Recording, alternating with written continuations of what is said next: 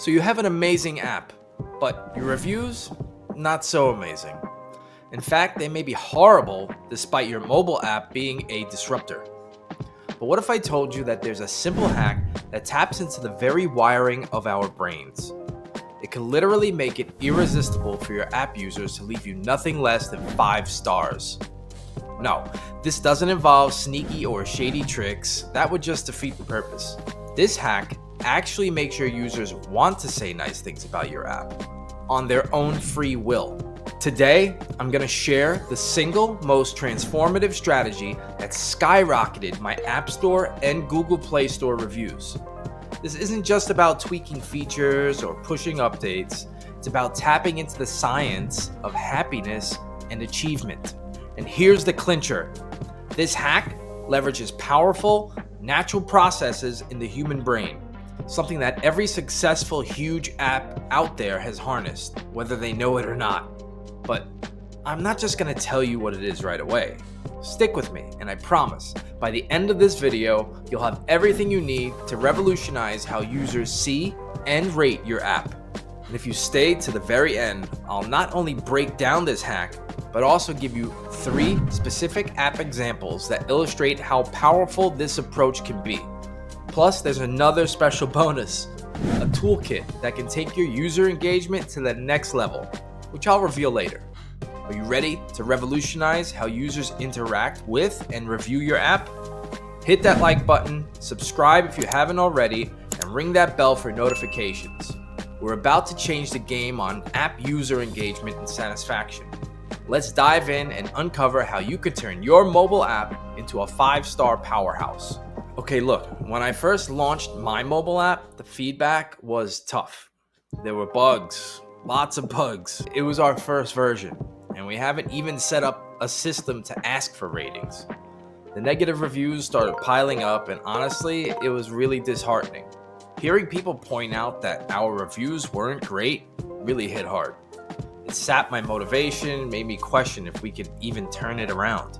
It's human nature to act on emotion.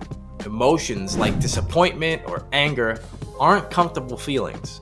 When someone downloads an app, they're expecting a certain level of satisfaction, whether it's solving a productivity problem or even entertainment.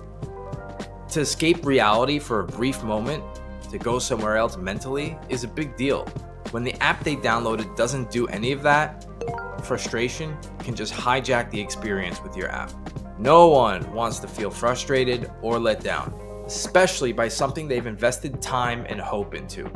Time you just can't get back. So when these negative emotions bubble up and accumulate, people naturally seek a release, a way to express these feelings and perhaps alleviate some of the discomfort. And that's where a bad review could come in. It feels like a quick solution for them, right? If the app doesn't meet their expectations or if something goes wrong, leaving a negative review can seem like the perfect outlet. It's their way of saying, hey, this didn't work for me and I want others to know about it. It's immediate, it's visible, and it feels like it might just bring about change or at least warn others. It could seem like the perfect release or answer to their frustration. But here's the thing. We can guide this emotional energy towards more positive interactions. By understanding this natural tendency for emotional release, we can design experiences in our apps that preemptively address user frustrations and instead lead them to moments of satisfaction and joy. When we get this right, the impulse isn't to leave a bad review, but to share their positive experience. We just need to harness that impulse at the right moment. Let me tell you how I figured out how to harness that positive impulse. There are 3 parts to this, and they need to be done together or work in unison with each other. If you don't follow the 3 steps, it's virtually useless, and you'll end up with more bad reviews than good ones. So please follow closely, grab a pen and paper, and jot these down.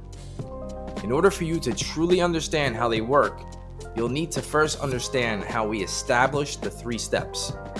Let me briefly walk you through the thought process. First, I asked myself 3 critical questions. The first question was, what triggers a feel-good moment in our app? For us, it was making sales. but not just one sale. I wanted our users to truly feel the reliability and value of our app. So we decided 3 sales was the magic number. Second question, how can we make the review prompt irresistible but not pushy? We made a notification that hit right after the 3rd sale.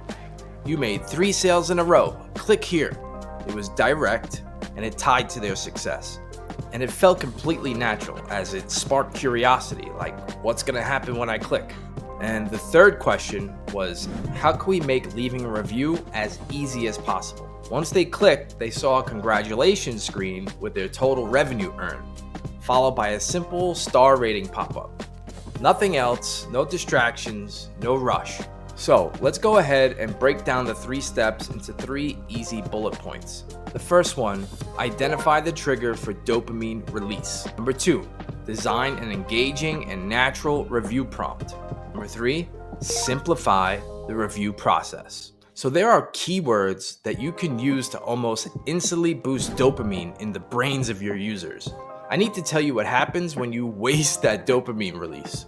So I remembered I downloaded this poker app, and every time I won a few hands, it would nudge me to leave a review. I wanted to, but I just didn't have the time. It was never the right moment. It's like the dopamine was there, but it was wasted because I felt rushed. Since for some reason, whenever it prompted me to leave a review, it was always either right before I had to make a bet or right at the beginning of the game, when all I wanted to do was play the game, not pause what I was doing to leave a review.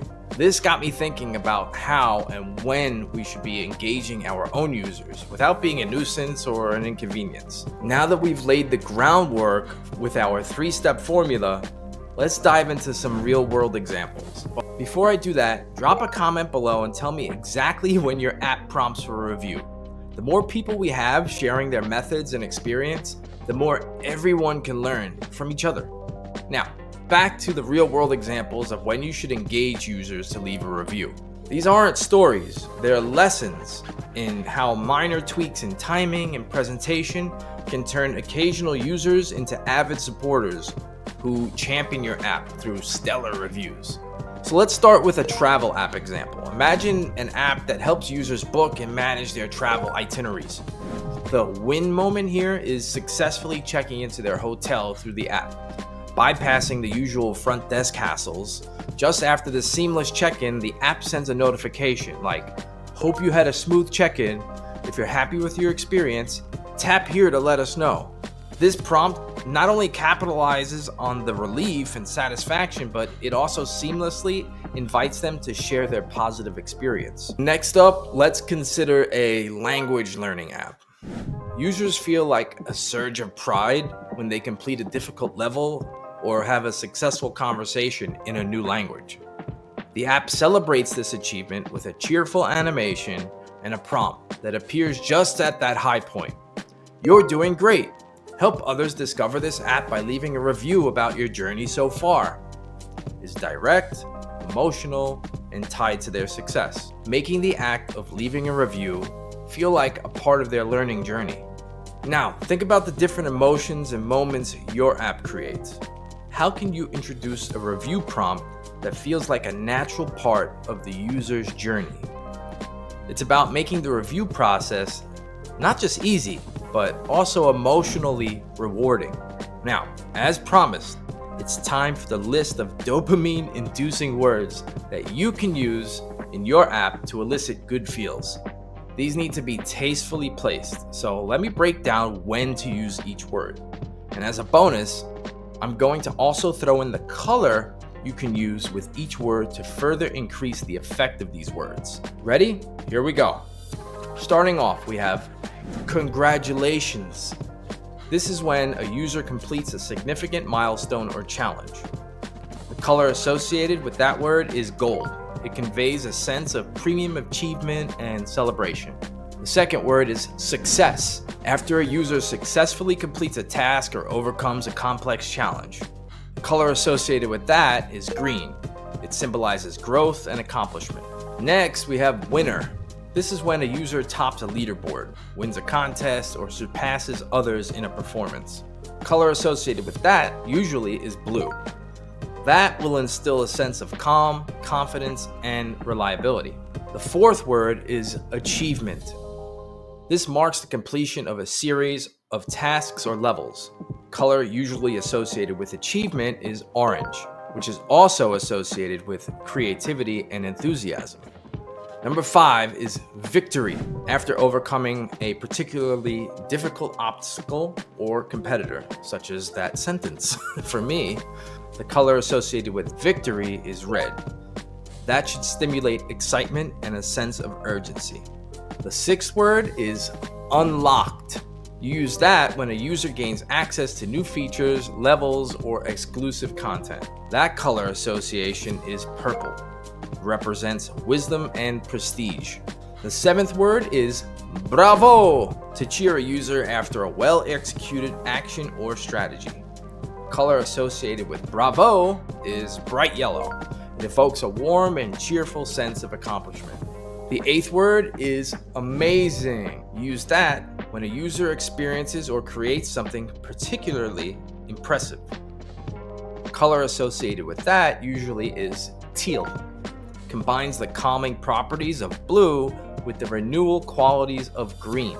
The ninth word is reward. Use that when granting a user a bonus or prize for their efforts. The color associated with that word is silver. It signifies rewards and sophistication. The 10th word is celebration. Use that word to create a festive and joyful atmosphere after a significant app event or a milestone. The color associated with that word is magenta. It's vibrant and full of energy, perfect for festive occasions. Combinations of words and colors can help reinforce the positive feedback loop, making the app experience more engaging and emotionally satisfying.